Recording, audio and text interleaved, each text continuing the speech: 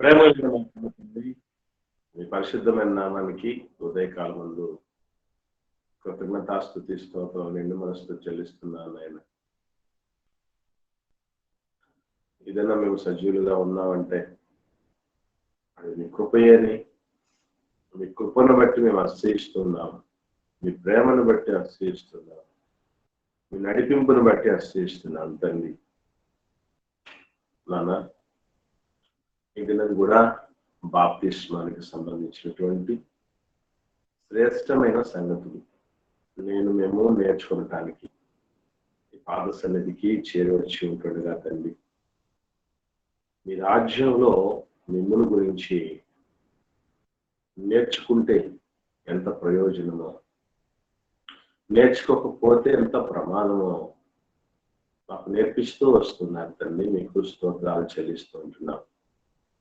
బిడ్డలమైన మేము ఎన్నో సంగతులను గురించి ఎరిగిన వారమై మీ సంకల్పం అంతటినీ కూడా గ్రహించి దాన్ని అనుసరించి జీవించగలుగుటకు మమ్మల్ని బలపరచమని ప్రాధాన్యపడుతూ ఉంటున్నాం. బిడ్డల జీవితాల్లో ఎప్పటి వరకు ఆ జీవితంలో అందరి జీవితంలో కూడా మీరు చేసిన మేలు ఉపకారాలను బట్టి మీకు నిండు మనసుతో కృతజ్ఞతాస్తోత్రాలు చెల్లిస్తూ దేవా వాక్యపు లోతుల్లోకి వెళ్తున్నాం నాయన. ఆత్మ నడిపింపనివ్వండి తండ్రి. ఆత్మ నేర్పు మాటలతో, ఆత్మ సంగతుల్లో ఆత్మతో సరిచూడగలిగినటువంటి స్థితిని ప్రసాదించు. మహిమ ఘనతా ప్రభావాల ద్వారా మీరే పొందుతున్నామని యేసుక్రీస్తు ప్రభుల వారి పరిశుద్ధమైన నామంలో ఈ ప్రార్థన మీకు సమర్పించి పొందినాం తండ్రి. ఆమేన్. ప్రియమైన దేవుని బిడ్డలారా, దేవుని ఉన్నతమైన కృపను బట్టి ఆయన పరిశుద్ధ సన్నిధానంలో మనం అందరం చేరి ఉన్నాం. ఇటు గొప్ప భాగ్యం, ధన్యత మనందరికీ ప్రసాదించిన ఆత్మల కన్నతనైన దేవునికి యేసుక్రీస్తు ద్వారా కృతజ్ఞతాస్తుతి స్తోత్రాలు చెల్లిస్తూ ఉదయ కాలంలోనే దేవుని దివ్యమైనటువంటి వాక్కులను విని నేర్చుకొని బాగుపడటానికి ఆశతో ఆసక్తితో చేరి వచ్చిన పిల్లలైన మీకందరికీ ప్రభు అయిన యేసుక్రీస్తు నామంలో శుభములు, వందనములు తెలియజేస్తూ ఉంటున్నాను. దేవుడు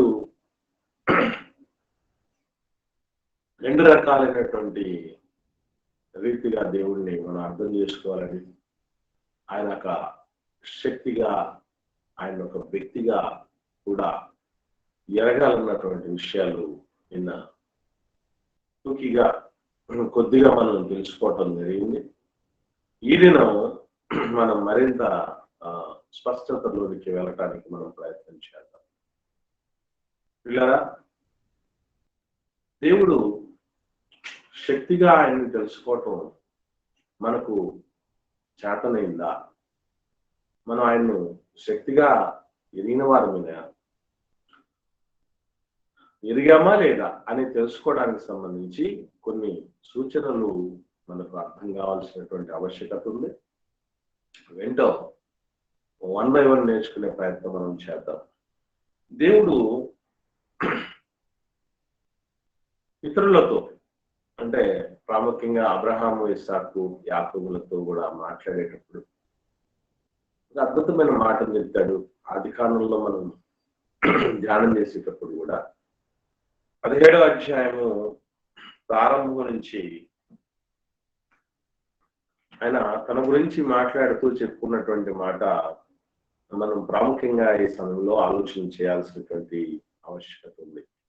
అదేంటో మనం చూద్దాం. ఆది కాండం 17వ అధ్యాయము ప్రారంభం నుంచి. అబ్రాము 99 ఏండ్ల వాడైనప్పుడు యెహోవా అతనికి ప్రత్యక్షమై, నేను సర్వశక్తి గల దేవుడను. ఈ శక్తి, సర్వశక్తి అంటే శక్తికి సంబంధించిన, శక్తి లక్షణాలకు సంబంధించినటువంటి విషయాలు అబ్రహాం గారితో మాట్లాడుతూ నేను సర్వశక్తి గల దేవుడిని మాట్లాడుతున్నానంటే అబ్రహాం గారికి తెలియదా దేవుడు ఎవరన్నది?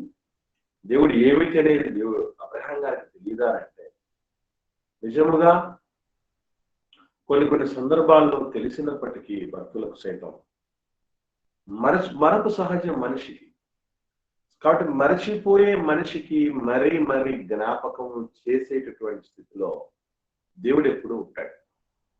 ఎందుకంటే మనకు రకరకాలైనటువంటి బాధ్యతలు, భారాలు, టెన్షన్స్, వీటన్నిటిలో పడి అసలు విషయం మర్చిపోతాం. మనందరికి తెలుసు. ఈవెన్ మనకి ఎంత మరపు అంటే, బయట నుంచి ఇంట్లోకి వచ్చి బయట తాళాలు లేదా ఇంటి తాళాలు ఒక చోట మనం పెట్టుంటాం. మళ్ళీ అవి కావాలన్నప్పుడు ఖచ్చితంగా వెతుకుతాం. పర్టికులర్గా ఎక్కడ పెట్టేవారని ఎవరు గుర్తుండదు పెద్దగా. ఇల్లంతా కలిసి తిరుగుతారు. లేట్ ఎందుకు అయిందని అంటే బయట తాళాలు దొరకలేదు, ఇంటి తాళాలు దొరకలేదు అని చెప్తారు. ఇలా మనం సర్వసాధారణంగా మరపు గురవుతాం. మరి ముఖ్యంగా ఎవరంటే స్పష్టత ఉండదు, ఎవరి గురించి పూర్తిగా తెలియదు, ఎవరు విలువేంటో అర్థం కాదు, వాళ్ళ విషయంలో మరింత మరపు ఉంటుంది.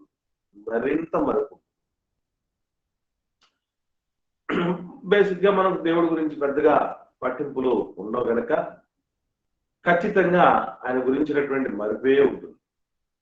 ఎంతో మందిని నేను నా సేవా సర్వీసులో నేను చూసినప్పుడు చాలా మంది జీవితాల్లో చాలా మంది పరిస్థితులు ఎట్లా చూసాం అని అంటే,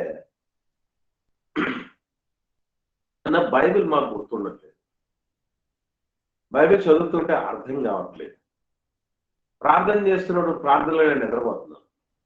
ఇవి కంప్లైంట్స్. ఎస్, సర్వసాధారణం.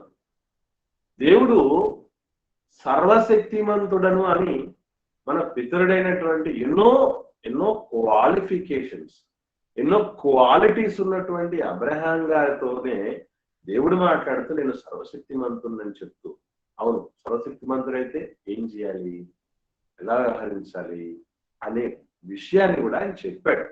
ఏమని అంటున్నాడు అంటే, నా సన్నిధిలో నడుచుచు నిందారహితుడవై ఉండును. సర్వశక్తిమంతుడైనటువంటి దేవుడు అబ్రహాము గారితో నా సన్నిధిలో నడుస్తూను నిందారహితుడవై ఉండు అని అంటే, నిందారహితుడి ఉండంటే ఏదో నింద కలిగిన వాడిగా, ఏదో నింద మోస్తున్న వాడిగా ఉంటున్నాడని అనుకోకండి. ఇది మెయింటైన్ చేయి. నిందారహితమైనటువంటి ఈ ప్యూరిటీ ఏదైతే ఉందో నువ్వు దాన్ని మెయింటైన్ చేయి. ఎందుకంటే మెయింటైన్ చేయకపోతే, నిందారహితుడు నువ్వు ఉండకపోతే నేను మన ఆలోచన చేయను. ఖచ్చితంగా పాపము చేసిన వాడు శిక్షను ఉండాలి. నన్ను శిక్షించటం అనేది ఒక శక్తి సూచన. పిల్లల తప్పు చేసిన వాడికి శిక్ష విధించటం అనేది ఇటువంటిది శక్తిమంతుడికి సూచన. ఎందుకంటే నన్ను కొట్టే మగాడు ఎవడన్నా ఉన్నాడా, నా మీదకి వచ్చేటటువంటి దమ్మున్నోడు ఎవడన్నా ఉన్నాడా అంటే అర్థం ఏంటి?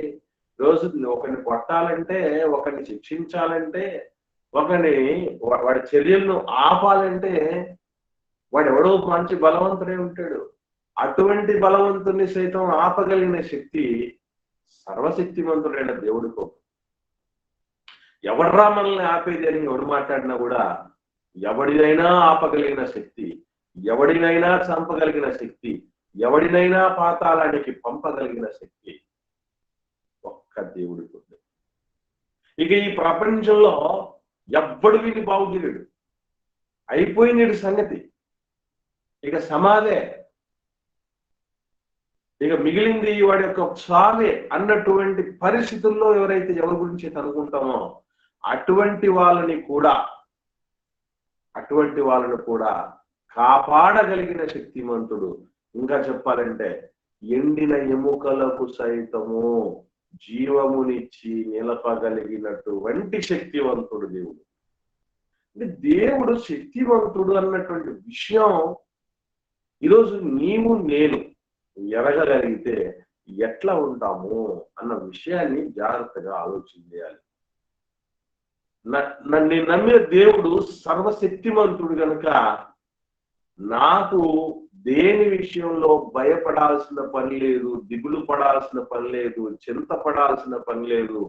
ఎందుకంటే నా ప్రాబ్లం నాకు చాలా పెద్దది.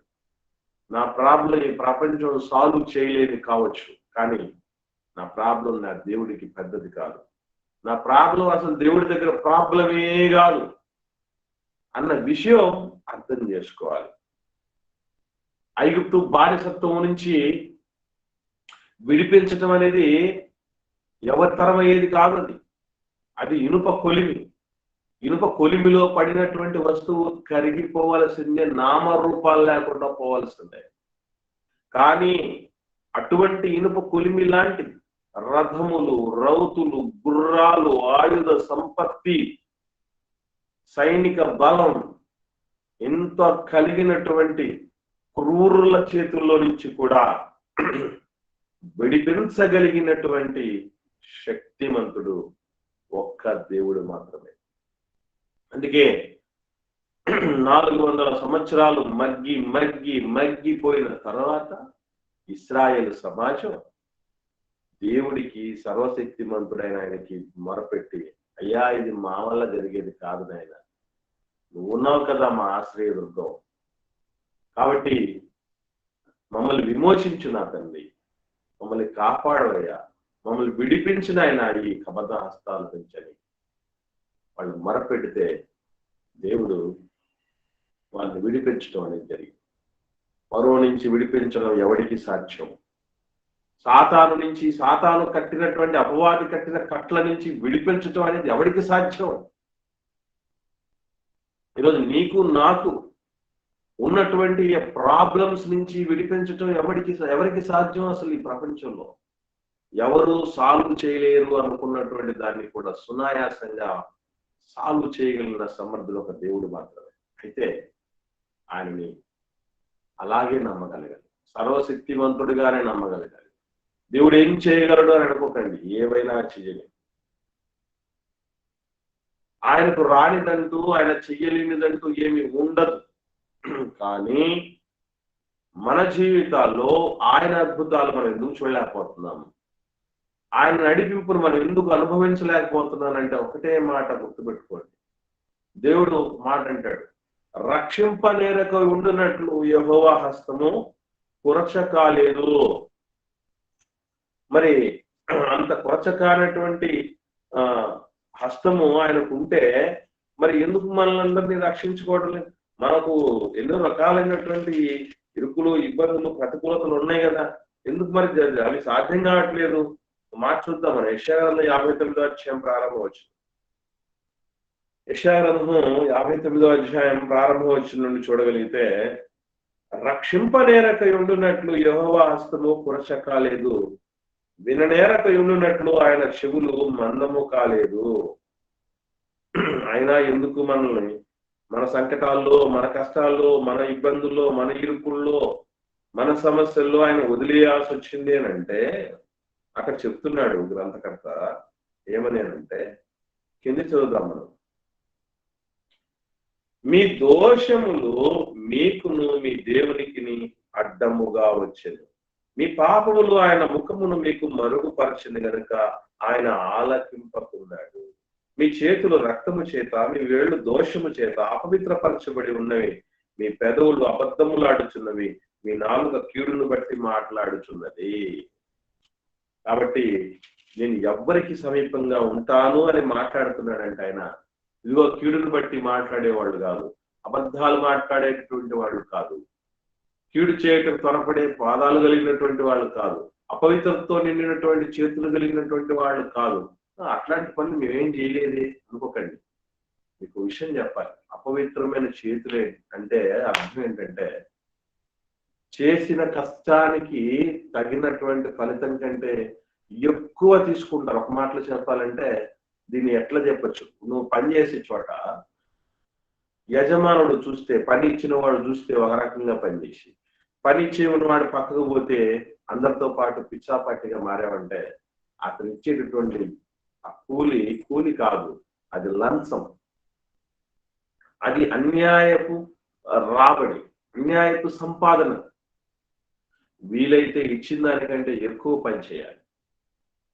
కారణం ఏంటి అని అంటే, రేపు నిన్ను నన్ను ఏదన్నా ఇబ్బందుల్లో ఉన్నప్పుడు విలువైనటువంటి బిడ్డ వీటిని ఎందుకు పోగొట్టుకోలేను? విలువైనటువంటి బిడ్డ, ఈ బిడ్డను నేను ఎందుకు పోగొట్టుకోవాలి? నిబద్ధత కలిగిన బిడ్డ, నమ్మకమైన బిడ్డ, ఇట్లాంటి బిడ్డలు ఉండాలి అని దేవుడు ఎంతకైనా తెగించే స్థితికి మనం ఎదగాలి. ఆయన సర్వశక్తిమంతుడే, కానీ ఆయన ఎవరిని ఎలాంటి వాళ్ళని కాపాడుకోవాలనుకుంటారు? పనికిరాని వాళ్ళని కాపాడుకోవాలనుకుంటాం మనం. చెత్తను తీసుకొచ్చి బీరువాలో పెట్టుకోవే, విలువైన పత్రాలను పెట్టుకుంటాం. అది పేపర్, ఇది పేపరే. చెత్త పేపరే. బాండ్ పేపర్లు ఉన్నాయి చూసారా, ఆస్తి పేపర్స్ ఉన్నాయి చూసారా, అవి పేపర్లే. కానీ ఎలా ఉండాలనుకుంటాం మనం? ఆస్తి పేపర్లా ఉండాలనుకుంటున్నాం, చెత్త బొట్టులో చెత్త పేపర్లా ఉండాలి. రేపు దేవుడు మనకి ఏదైనా సంకటం వచ్చి దేవా అని అంటే, దేనికోసం నేను కాపాడాలి అని దేవుడు అడిగితే జవాబేముంది మనకి? ఈరోజు నన్ను కాపాడాలనుకోవడానికి దేవుడికి కొన్ని కారణాలు ఉన్నాయి పిల్లలు, కొన్ని కారణాలు ఉన్నాయి. నేను దినం ప్రారంభించిన తర్వాత దేవుడితో ప్రారంభించకపోతే నాకు అసలు చాలా వెలితిగా ఉంటుంది, చాలా ఇబ్బంది అనిపిస్తుంది, ఏదో కోల్పోయినట్టు అనిపిస్తుంది. రాత్రులు కూడా దేవుడు మహిమార్థమే, ఆయన సేవకుడిగా, ఆయన వాడుకునే పాత్రగా వాడబడకుండా నిద్రపోయినప్పుడు నాకు చాలా వెలితిగా ఉంటుంది. పగలు పని చేస్తున్నప్పుడు కానీ, జర్నీలు చేస్తున్నప్పుడు కానీ, కుటుంబంతో ఉంటున్నప్పుడు కానీ, ఎలా నా తండ్రి మహిమార్థమే నేను ఏ విధంగా మలచబడాలి, ఇంకా ఇంకా ఇంకా చేతికి ఎలా రావాలి, ఎలా పిల్లల్ని ఇంకా దేవుడి సన్నిధికి తీసుకురావాలి, ఎంత బలపరిస్తే ఇంకా బాగుంటుంది. ఏ రోజు నాయన నా జీవితం కాలానికి నువ్వు ఫుల్ స్టాప్ పెడతావో ఈలోపే చేయాల్సిందంతా చేయాలి నాయన. నేను ఈరోజు నన్ను కాపాడుకోవటానికి దేవుడు నాకు కొన్ని క్వాలిటీస్ ఉన్నాయి, అది కూడా దేవుడు ఇచ్చింది మహానుభావుడు. నిన్ను కాపాడుకోవటానికి దేవుడి దగ్గర సగర్వంగా చెప్పుకోవడానికి, నాయన నువ్వు వాడుకునే నమ్మకమైన పాత్రలు ఇక్కడ నాయన. నేను ధనము కోరలేదు, ఘనము కోరలేదు, బలము కోరలేదు, అల్పకాల పాప భోగాలు కోరలేదు. నీవు వాడుకునే అర్హమైన పాత్రగా ఉంటే చాలు నాయన అని నేను అనుకున్నవాడిని కదా, అనుకున్న దానిని కదా. నువ్వు ఏది చెబితే అది చక్కగా నెరవేరుస్తున్న దానిని కదా, నెరవేరుస్తున్న వాడను కదా. నాకు సంకటం వచ్చింది నాయన, నాకు ఇబ్బంది వచ్చింది తండ్రి, నన్ను ఆదుకోవయ్యా అని ఒక్క మాట దేవుడికి ఎప్పటికైనా గుర్తుపెట్టుకోండి. దేవుడితో పోరాడే స్థితికి ఎదగాలి ఈరోజు మనం. ఆ సర్వశక్తిమంతుడితో మన సర్వమైనటువంటి ఇక్కట్లు, ఇరుకులు, ఇబ్బందులన్నింటినీ కూడా తొలగించుకునే స్థితికి ఎదగాలి మనం. ఆయనతో పోరాడేంత చనువు, ఆయనతో పోరాడేటటువంటి అర్హత నీకు నాకు ఉందా? మా నాన్నతో కొట్లాడతామే, నేను బిడ్డను కదా అని. నాన్న గురించి ఏ రోజు పట్టించుకొని బిడ్డ నాన్న దగ్గరికి వచ్చి అవసరం వచ్చినప్పుడు వస్తే ఏమంటాడు? నాన్న కూడా అట్లా అంటాడు, ఏమ్మా ఇప్పుడు కనపడ్డాను నీకు, నేను ఏరా నీకు ఇప్పుడు నేను కనపడ్డానా? మరి ఎంతకాలం నువ్వు నాన్న ఉన్నావు అంటూ ఒకడు ఉన్నాడని నీకు అర్థం కాలేదే అనే పరిస్థితి మనకు రాకూడదు పిల్లలు. అందుకే చెప్తున్నా, ఎప్పుడు ఎక్కడ దేవుడు ఏ మాటను పాటించమని, ఇదిగో నీలో ఈ క్వాలిటీ లేదు, నీలో ఈ లక్షణం లేదు అని మనతో చెప్పిన ప్రతిసారి ఆయనకు సరెండర్ అయిపోవడం తప్ప మన జీవితంలో మరొకటి శ్రేష్టమైనది లేదు. ఈరోజు దేవుణ్ణి తప్ప అన్ని దానిల మీద నమ్మకం ఉంది మనకి, అన్ని దానిల మీద నమ్మకం ఉంది. సమయం దేవుడికి ఎందుకు ఇవ్వరు తెలుసా? ఈ సమయం ఏదో నేను దేవుడికి ఇచ్చేస్తే అది వేస్ట్ అయిపోతుందేమో, నేను సంపాదనలో దీన్ని ఖర్చు చేసుకుంటా సమయాన్ని నా సంతోషాల్ని ఇంకా ఎక్కువ చేసుకోవటం కోసము, నా ఆనందాల్ని, నా సుఖాల్ని, ఈ సమయాన్ని వెచ్చించటంలో వాడేస్తాను అనుకుంటున్నాను. దేవుడిచ్చినటువంటి బలం, యవ్వన బలం, ఈ బలము కలిగి ఆయన మహిమార్థమైన కార్యక్రమాలు చేయటానికి అన్ని వేళలా సర్వం సిద్ధంగా, ఎప్పుడు పడితే అప్పుడు ఆర్మీలో ఎట్లాగైతే యుద్ధం ఎప్పుడొచ్చినా సిద్ధం అన్నటువంటి రీతిగా ఎలా ఉంటామో, బుద్ధి కలిగిన కన్నికలముగా అలా సిద్ధంగా ఉండగలగాలి. దానికోసమే ఈ బలం అన్నటువంటి రీతిగా ఎప్పుడు మనం సిద్ధంగా ఉన్నాం. దేవుడు మనల్ని ప్రేమించి ఇచ్చినటువంటి సంపాదనలో ఆయన మహిమార్థంగా ఆయన చెప్పాడు కనుక, నా తండ్రి నాకు చెప్పాడు, ఇది ఇది నేను ఇచ్చి శోధించమని చెప్పాడు కనుక నేను ముందు ఆ పని చేస్తాను, ఆ తర్వాత మిగతా వాటి గురించి ఆలోచన చేస్తాను. నా దేవుడికి దాటిపోతుందా ఏదైనా? నా తండ్రికి దాటిపోతుందా? ఆ రోజు హిజ్కియా దేవుడి సన్నిధిలో, నాయన యథార్థ హృదయుడైన నీ దగ్గర ఎలా నడుచుకున్నానో నీకు తెలుసు కదా అని, రేపో మాపో చచ్చిపోయే పరిస్థితి వచ్చినా కూడా దేవుడి దగ్గర ధైర్యంగా చెప్పుకొని పోరాడి మరీ తిరిగి ఆ సర్వశక్తిమంతుడి దగ్గర నుంచి పోగొట్టుకున్న ఆయుష్ను తిరిగి తెచ్చుకున్నటువంటి హిజ్కియా మన కళ్ళ ముందు ఉన్నాడు. దేవుడు సర్వశక్తిమంతుడే, ఏదైనా చేయగలడు. కానీ ఆయన ఏదైనా చెయ్యాలంటే మనం ఏం చేస్తున్నాం? మన కోసం ఆయన ఏదైనా చేయగలగాలంటే మనం ఏం చేస్తున్నాం చెప్పండి. కాబట్టి పిల్లరా గమనించండి, ఈరోజు సర్వశక్తిమంతుడైనటువంటి దేవుణ్ణి ఆశ్రయిస్తున్నటువంటి దేవుని పిల్లలు కూడా ఎట్లా తయారవుతున్నారు అని ఆలోచన చేయగలిగితే, దిష్టి తగిలింది అని అంటారు పిల్లలకి.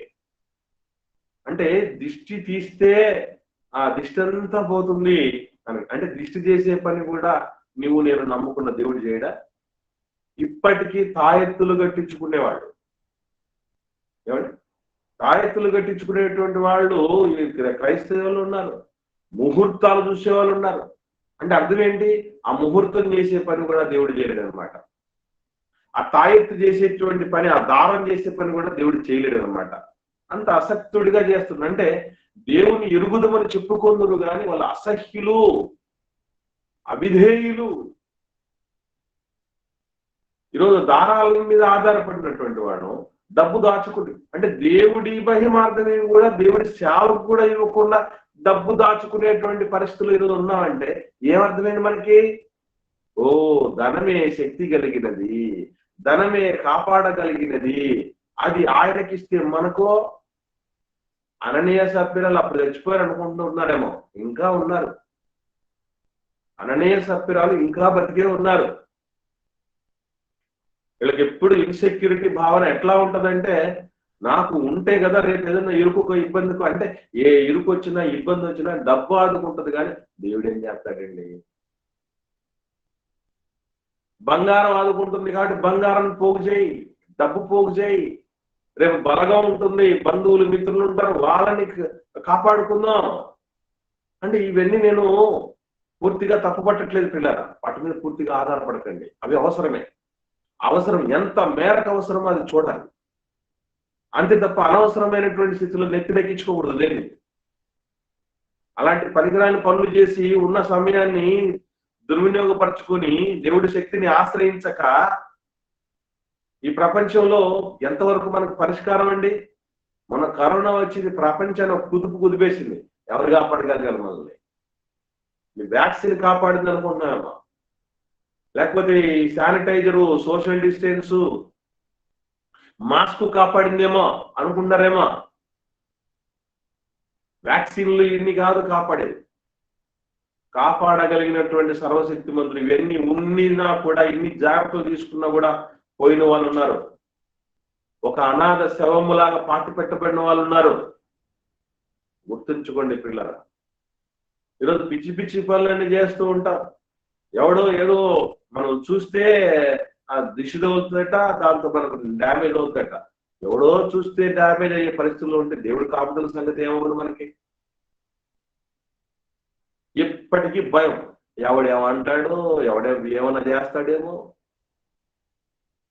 శరీరాన్ని చంపేవాడంటే భయం ఉంది. ఎందుకు అంటే శక్తి అంటే వీడిదే, ఆయుధం చేతబట్టిన వాడిదే, పిస్తల చేతిలో కలిగిన వాడిదే శక్తి, బాంబు చేతిలో కలిగినటువంటి వాడిదే శక్తి, కత్తి చేతిలో కలిగిన వాడిదే శక్తి, అధికారం చేతిలో ఉన్నటువంటి వాడిదే శక్తి, డబ్బున్నోడిదే శక్తి, ఆస్తిపాస్తులన్నీ కూడా బాగా ఉన్నటువంటి వాడిదే శక్తి అనుకుని భ్రమలో ఉంటున్నాం. అదే భ్రమలో బతకాలనుకుంటున్నాం, బతికించాలనుకుంటాం మన పిల్లలు. దేనికైనా చాలని దేవుడు మనకున్నాడు, మీరు భయపడకండి అని పిల్లలకు చెప్పే పరిస్థితులు మనం ఉన్నామా? దేవుడి మీద ఆనుకుంటే మనకి అంతకు మించి భరోసా మనకి ఎవరు ఇవ్వగలరయ్యా? మన కాపుదల, ఆయన పట్టణాన్నే కాపాడేటువంటి వాడు. యెహోవా పట్టణాన్ని కాపాడిన ఎడల దానికి కావలి కాయవారు ప్రయాస వ్యర్థమే అన్నాడు. ఇవన్నీ కూడా పుస్తకాలకు, బైబిలులోని మాటలకు, వాక్కులకు పరిమితం కావాల్సింది కాదు పిల్లల, బ్రతుకుల్లో చూడాల్సింది. చాలా మంది మాలాంటి వాళ్ళ యొక్క ధైర్యాన్ని ఏమాత్రము జంకు బొంకు లేకుండా ముందుకు సాగుతున్నటువంటి పరిస్థితులు. ఏంటో నీ బ్యాక్గ్రౌండ్ చూస్తే నీకు ఇంత డబ్బు లేదు, ఇంత పలుకుబడి లేదు, ఇంత అధికారం లేదు, ఈ భూములు లాంటివి ఏమీ లేవు, ఏ సపోర్ట్ లేదు, నువ్వు ఎందుకు ఎంత కాన్ఫిడెంట్ గా ఉంటావు, రాజాలాగా ఉంటావు అని చాలా మంది నాకు కూడా అన్నారు. కారణం ఏంటి అంటే ఈరోజు నేను సగర్వంగా చెప్పుకోగలను, నాకు లోక సంబంధంగా ఏమి లేవండి. ఉన్నది కూడా పోగొట్టుకోవాలి, ఉన్నది కూడా తీసేసుకోవాలని ఆలోచన చేస్తాను. ఉన్న ఉద్యోగాన్ని కూడా ఎప్పుడెప్పుడా వదిలేసేసి పూర్తిగా తండ్రి వాడుకునే పాత్రగా మారాలని చూస్తున్నా. అయ్యయ్యో దాన్ని ఉన్నదాన్ని కూడా పోగొట్టుకుంటే ఎట్లాగని. ఒక్కరు కూడా తండ్రి చూసుకుంటాడు, ఆ తండ్రి తరపున మేము కూడా సపోర్ట్ గా ఉంటామని చెప్పేటువంటి వాళ్ళు కరువు అయిపోతారు, కరువుగా ఉంటారు. కారణం ఏంటంటే భయాలు. అయ్యో మేమంతా ఉద్యోగం లేదే అని భయపడుతూ బాధపడుతూ ఉంటే నువ్వేంటన్నా ఉన్న ఉద్యోగాన్ని పోగొట్టుకోవాలనుకుంటున్నావు అని మాట్లాడేవాడు. ఇట్లా మీరు చూడగలిగితే పిల్లరా, ఎందుకు లోకంలో సంబంధించి వీటన్నిటి మీద గురి అనేది లేకుండా ఉంది అంటే, రేపు నాకు ఏదన్నా ఇరుకు వచ్చినా, ఇబ్బంది వచ్చినా, సంకటం వచ్చినా, ఈ ప్రపంచమే చేతులు ఎత్తేసిన నా తండ్రి చేతులు చాచి సిద్ధంగా ఉంటాడు, నన్ను కాపాడుకోగలడు, నన్ను నిలబెట్టగలడు. ఎక్కడ ఏ స్థితిలోకి వెళ్ళినా కూడా తిరిగి తెచ్చుకొని కాపాడుకోగలిగిన సర్వశక్తిమంతుడు నా దేవుడని నాకు నమ్మకం. ఈరోజు మీ చేష్టలు, మీ ప్రవర్తన, మన చేష్టలు తెలియపరుస్తాయి నా దేవుడు ఎంత గొప్పడు, నువ్వు నమ్మిన దేవుడు ఎంత శక్తిమంతుడో. మన చర్యలు చెప్పాలి, మన బ్రతుకు చెప్పాలి. ఈరోజు ఆ స్థితిలో ఉన్నాం మనం. ఆలోచించండి పిల్లలు. అంటే దేవుడి రాజ్యం గురించి తెలుసుకునే క్రమంలో దేవుడి శక్తిమంతుడని మనకు అర్థమైతే ఎవడి దిష్టి మన మీద పని చేయదు, ఎవడి అధికారము మన మీద పని చేయదు. అసలు తల వెంట్రుక రాలాలంటేనే నా తండ్రి సెలవు ఉండాలి, నిన్ను విడుదల చేయటకు నాకు అధికారం ఉంది, నిన్ను చంపటానికి శిక్షించటానికి అధికారం ఉందని మాట్లాడితే రోమా గవర్నర్ పిలాతు, దేవా పైన నుంచి అధికారం నీకు వస్తే తప్ప నువ్వు నన్నేం చేయలేవని మాట్లాడటం జరిగింది. ఒక బస్ ఎక్కినా, ఒక ట్రైన్ ఎక్కినా, ఇంట్లో ఉన్నా, ఎక్కడ బాత్రూమ్ లో ఉన్నా కూడా ప్రమాదాలు పొంచి ఉంటున్న పరిస్థితుల్లో ఉన్నప్పుడు అది దానికి భయపడ. చాలా మంది చూడండి, నేను జర్నీలు చేయనండి, ఎందుకంటే జర్నీలో ప్రమాదాలు ఎక్కువ జరుగుతున్నాయి అవి చూసి భయపడిపోయి, అంటే జర్నీలు చూసి ఎక్కడో యాక్సిడెంట్ జరిగినప్పుడు దాన్ని చూసి దాన్ని భయపడ్డాం. పెళ్లిళ్ళు అక్కడ భయంగా ఉందండి, ఎందుకంటే చాలా చాలా ప్రమాదకరమైన పరిస్థితి. పిల్లలంటే భయం, వాళ్ళు పెంచలేమేమో అన్న భయం. ఇలా రకరకాలైనటువంటి భయాలకు ఎప్పుడూ బతుకుతూ చస్తూ ఉంటారు. డబ్బు లేకపోతే భయం అండి నాకు జేబులో, ఎప్పుడు జేబులో డబ్బులు ఉన్నాయండి, అది పుష్కలంగా ఉంటే చాలా ధైర్యంగా ఉంటుందండి. చుట్టూ నాకు బలంగా ఉండాలండి, మా వాళ్ళు ఉంటారండి, ఆ వాళ్ళు ఉంటే నాకు చాలా బలంగా ఉంటుందండి. ఇవన్నీ చూసినప్పుడు దేవుడు నవ్వుకుంటాడండి. ఒరే ఎక్కడ రాడి బలగం, ఏదనుకుంటున్నారు అని శక్తి, నీ ఆధారం ఎవరనుకుంటున్నావు, నీ ఆశ్రయం ఎవరనుకుంటున్నావు, ఎంత భ్రమలో బతుకుతున్నావు బిడ్డ అని దేవుడు నవ్వుకుంటూ, సరే నువ్వు దాన్ని ఆశ్రయించే కదా, ఏమవుతాయో చూక, నన్ను నమ్మినటువంటి వాడిని సిగ్గుపడనీయను అని దేవుడు భరోసా ఇచ్చాడు.